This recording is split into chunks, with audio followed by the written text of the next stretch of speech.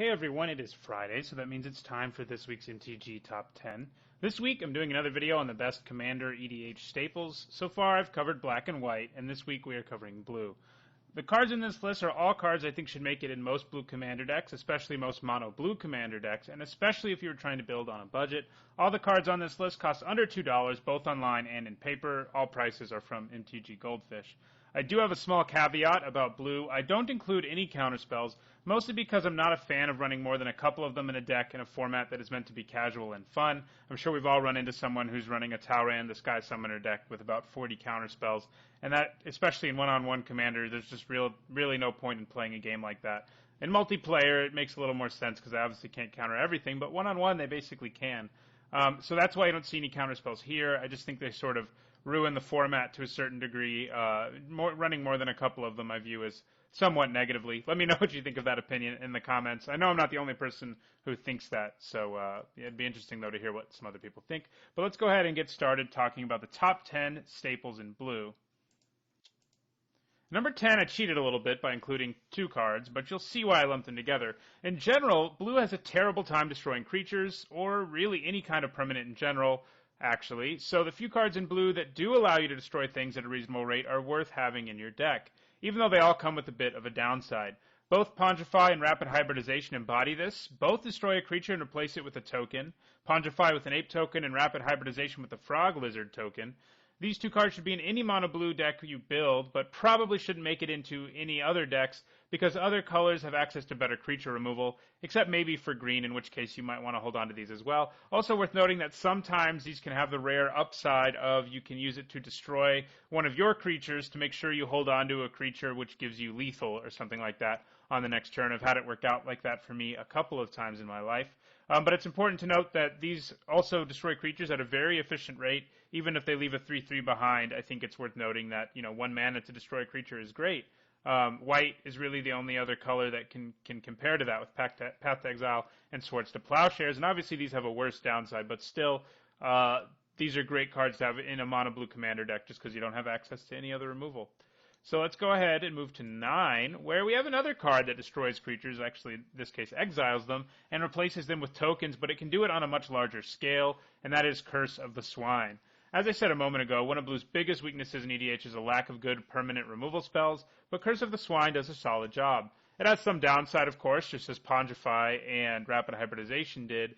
Blue doesn't get to exile X, just get to exile X creatures with no downside. Your opponents, in this case, get some boar tokens out of the deal, but in Commander, there will be plenty of creatures that are a lot scarier than a 2/2 boar, and you'll find yourself in plenty of board states where you will wish you could turn all of your opponent's creatures, or several of them, into boar tokens.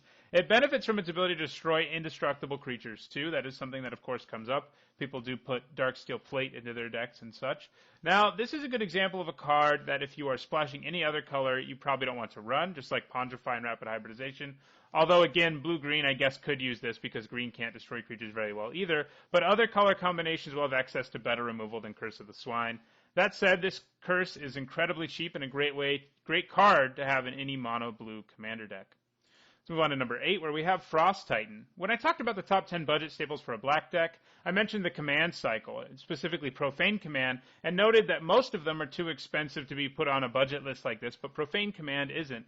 Well, the same is true of the Titan cycle. Most of the cards are too expensive. In fact, all of them except Frost Titan are too expensive to be included on a list like this. But Frost Titan comes in cheaply enough to be considered budget. And while Blue's Command, Cryptic Command, is way too expensive to put on this top 10 list, at least Blue gets a budget card from another powerful cycle, the Titan cycle. Frost Titan is great because he gives you some value no matter what. When he comes into play, he locks a creature down for a turn, and if he's allowed to remain in play, he continues to wreak havoc on your opponent's board. What's more is he makes any removal spell cost extra mana to destroy him, so there's a solid chance that he makes your opponent take a bit of a tempo hit to destroy him, in addition to the tempo hit they take from you locking down a creature for the turn. It's worth noting he is the cheapest Titan of the group because he's also the weakest, but he is still a solid inclusion in any blue Commander deck. At number 7, we have another creature, Royal Elemental. This creature is somewhat fragile with only 2 toughness and hard to cast in any deck that isn't mono blue, but I think it's worth the risk. Every time you play land once this creature is in play, you get to steal an opponent's creature until Royal Elemental dies. Royal Elemental is a must-kill creature for your opponent, and if they can't do that, they simply lose the game because of the Royal Elemental's landfall triggers. 90 cents is a pretty good deal for a must-kill creature, and I think that's why it should be included in most blue commander decks. At number 6, we have a card that does only work really in a mono blue commander deck, but man is it powerful for them. If I were talking purely about commanders with mono blue as their identity, Inundate would probably get even closer to the top than number 6, but because I'm not only looking at mono blue commander cards for mono blue commander decks, this card loses some point for being so restrictive. It also has the downside of being a dead card against other mono blue commanders, but the chances of running into one aren't incredibly high. Against most opponents, it is just a one-sided evacuation, which is often a big enough card to just win you the game on the spot. At number 5, it cheated again a little bit by including 2 cards, but once again it's because the cards are so similar. Mages of the Future and Future Sight are both powerful cards in any commander deck, and while they both cost triple blue, finding a way to shove at least one of them into any deck that has blue in it is probably a good idea because they are so powerful. Future Sight is the older card, obviously, and Mages of the Future actually is a reference to it. Basically, both of these cards allow you to play with the top card of your library revealed, and they allow you to play that card.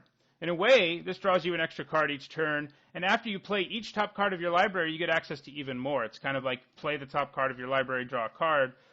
If you thought Courser of Crewfix was fun to play with, try playing with one of these.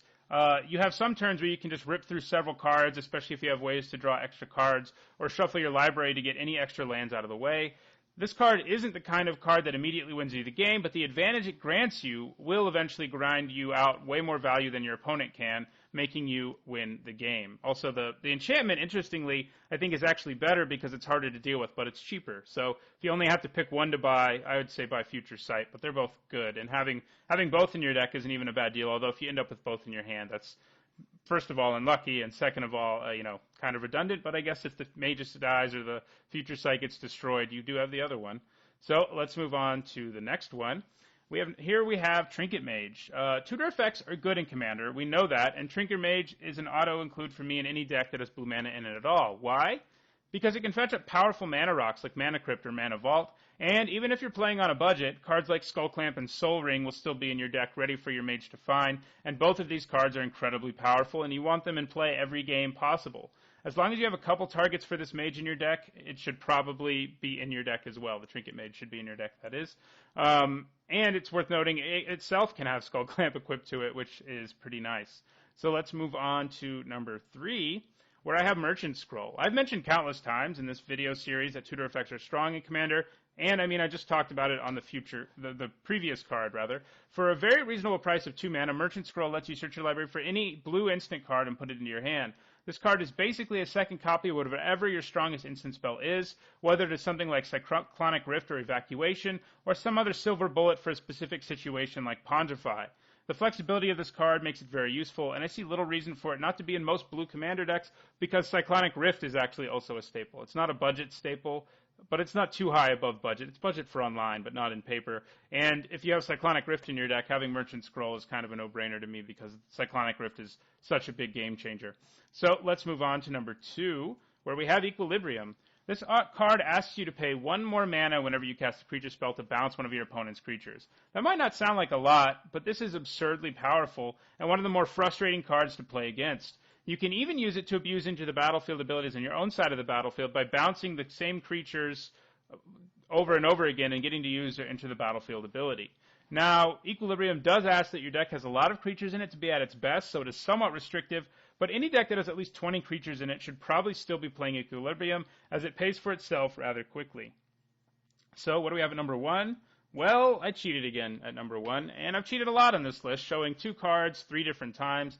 And I guess it makes sense, since blue itself sometimes feels like it's cheating, so it's on flavor, I guess. But really, these 2 cards are both insanely powerful because they allow you to take control of any kind of permanent. And as I've said in this video, blue itself struggles dealing with basically all types of permanents. In this case, you not only get rid of their best permanent, you gain control of it. Which of these you should run is sort of dependent on whether or not you mostly play one-on-one commander or anything more than one-on-one. Heck, you can keep 1 copy of each handy and switch them out depending on what you're doing. You could also run 1 of each. There's no reason you can't. Blatant Thievery is obviously completely ridiculous in large games of Commander, as you net yourself as many permanents as there are players, and chances are by the time you get to the 7 mana to steal their stuff, they have some pretty sweet stuff out there. Confiscate, obviously also powerful, 1 less mana, also easier to include in non-blue decks, so that's worth noting as well.